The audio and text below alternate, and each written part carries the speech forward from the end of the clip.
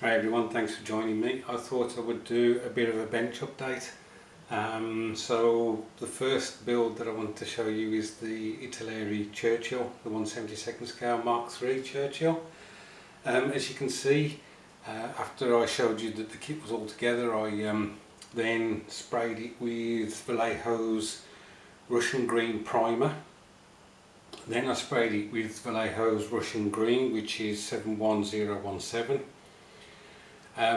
When that was dry, I then, at Greg Riley's suggestion, got some of this stuff.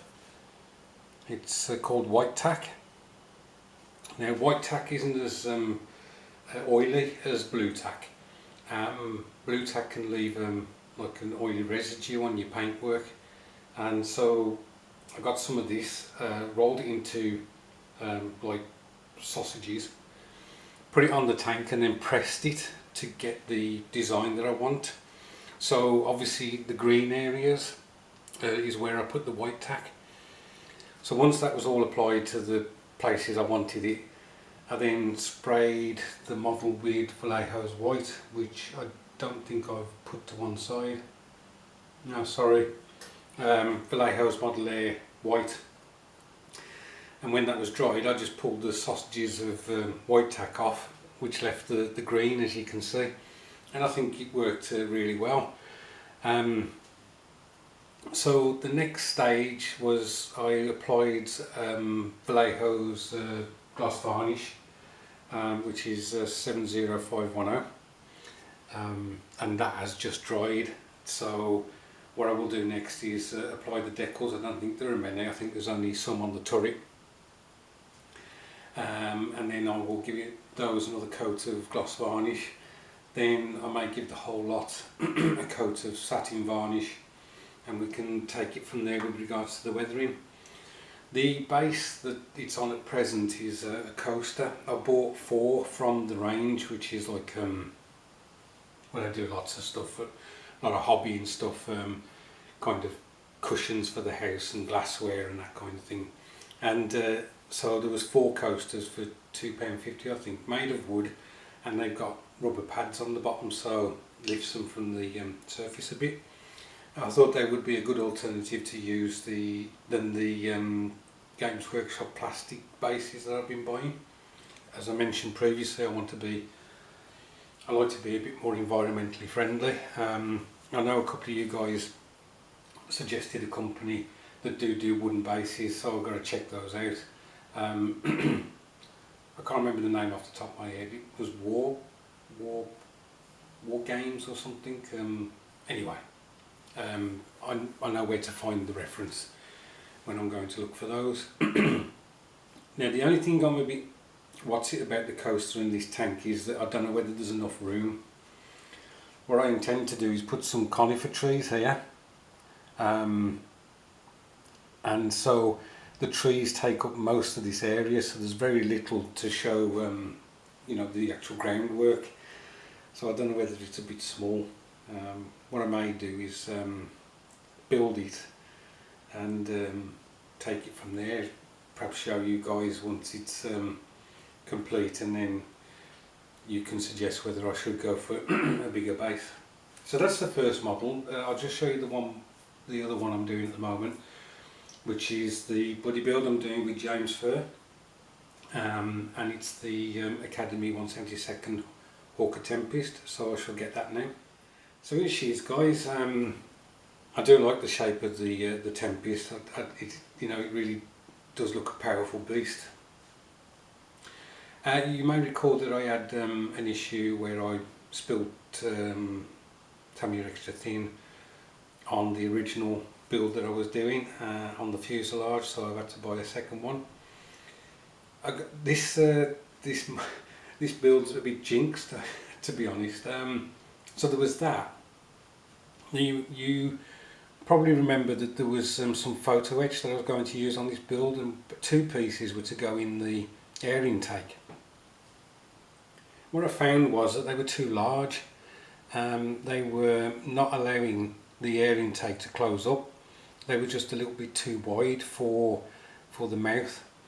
And of course, if you push them, the plastic in, well, you bent the edge, so that was a bit of a pain. There was also an issue with the seat where the fuselage wasn't closing up properly. Underneath, if I can show you, you see that there's a flap here. Now the photo etch Edward suggests that you cut that piece out and you put their piece in.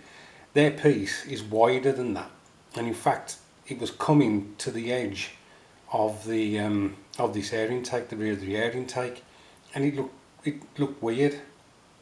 The other thing is, I've looked at photos of Tempests, and very rarely is this open. It seems to be closed in this position. So as a consequence, I decided that I'm not going to use the photo etch at all. It was bugging me on the initial build I was doing anyway, and I just decided, you know what, I'm just going to crack on and have some bloody fun with my hobby, as opposed to tearing my hair out trying to fit sodding bits of brass. You can see that I've airbrushed the interior green on the wheel wells there. I hope that is the case for Tempests. I know that a lot of British aircraft did have interior green, but you never know. Later in the war they may have just left them silver, but I haven't checked. The cockpit is all painted interior green as well. I've done some belts for the harnesses out of Tamiya tape.